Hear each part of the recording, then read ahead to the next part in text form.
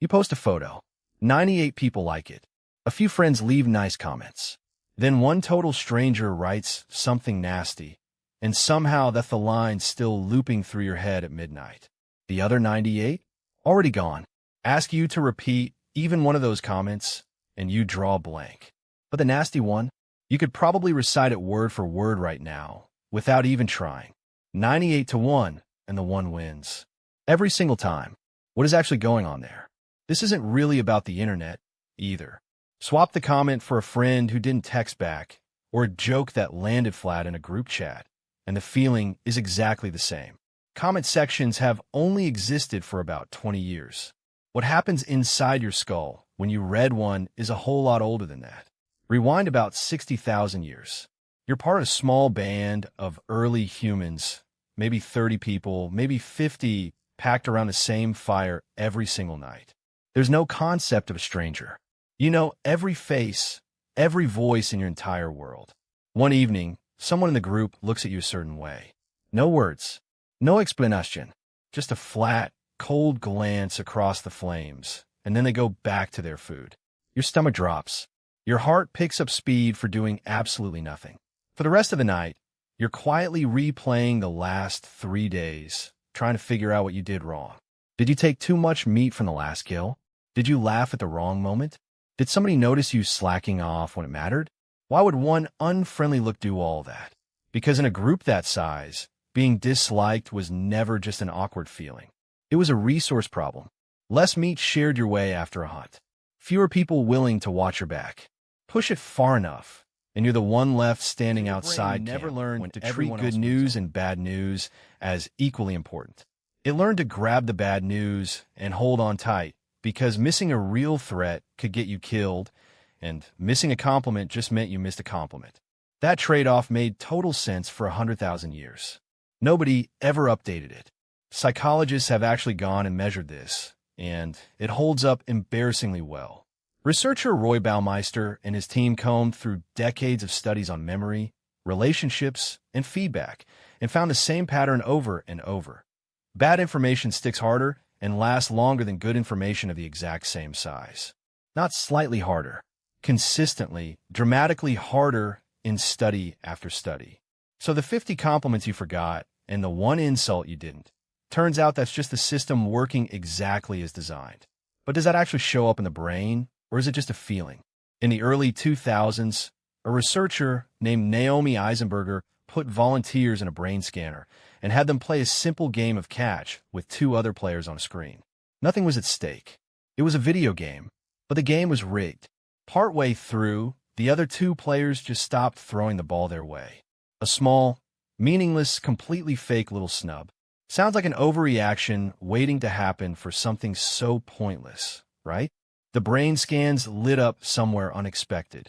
The same region that activates during actual physical pain, the kind you feel from a burn or a stub toe, activated during that fake digital rejection too. Not a similar region, the same one, getting quietly frozen out of a pointless online game registered in the brain like an injury. Your nervous system was never fully convinced that just a game and just a comment belong in different categories. Now, take that same wiring and put it inside a relationship that actually matters. How much good does it even take to cancel out one spent years filming couples while they argued, then tracked which of those marriages lasted and which fell apart? He found something close to a formula. Stable, happy couples needed roughly 5 positive moments to balance out the damage of 1 negative moment during a fight. 5 to 1. And that's between 2 people who love each other, with years of trust already stacked up between them. Multiply that math out, and it gets almost funny. It would take 5 perfect strangers being kind to you just to cancel out the emotional weight of 1 being rude. And most days, you don't get 5 kind strangers. You're lucky to get 1. A stranger leaving a comment on your post has none of that trust banked, anyway. You don't get 5 of their kind words first, as a cushion. You just get the 1 comment cold, out of nowhere, and your very old alarm system reacts almost exactly the way it would to that look across the fire. Except your ancestors ran into maybe a handful of real social threats across an entire lifetime. You run into more potential ones before lunch. A text sitting there, unanswered, for 6 hours. A boss who says great work, but, and somehow the only word you actually hear is but. A restaurant with 400 glowing reviews and one furious one-star rant about the service.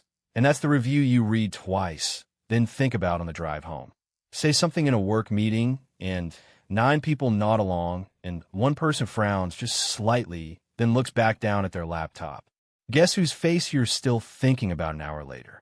Not the 9, just the one. None of that is actually dangerous.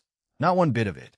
It just has to look for half a second like the wrong kind of look across the fire, and the same old alarm goes off anyway. Ever notice how the meanest reply always seems to Social media right didn't invent this wiring. It just found it, studied it, and built a machine around it. Outrage keeps people scrolling longer than agreement does.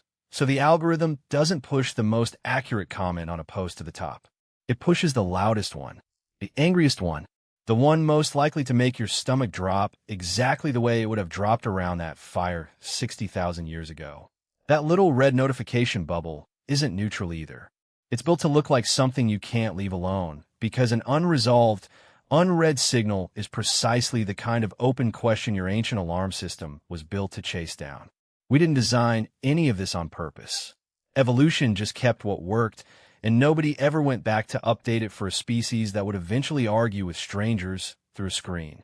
Which is exactly why, at midnight, lying in bed, your brain doesn't pull up the 98 nice comments for some kind of highlight reel. It pulls up the one nasty one and plays it back, frame by frame, like it's still trying to solve a problem that might get you kicked out of the group. It's not trying to ruin your night. It's trying to keep you inside the group, the same as it always has. None of this means you're too sensitive or that you need to toughen up.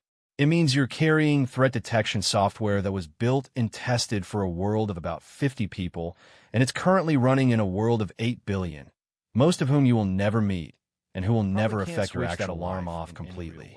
Nobody fully can, but you can start noticing when it's going off over absolutely nothing. A stranger typing one angry sentence from a phone you'll never see doesn't decide what you eat tonight or where you sleep tonight. They just found a one button your ancestors wired in for a completely different world than the one you're actually standing in.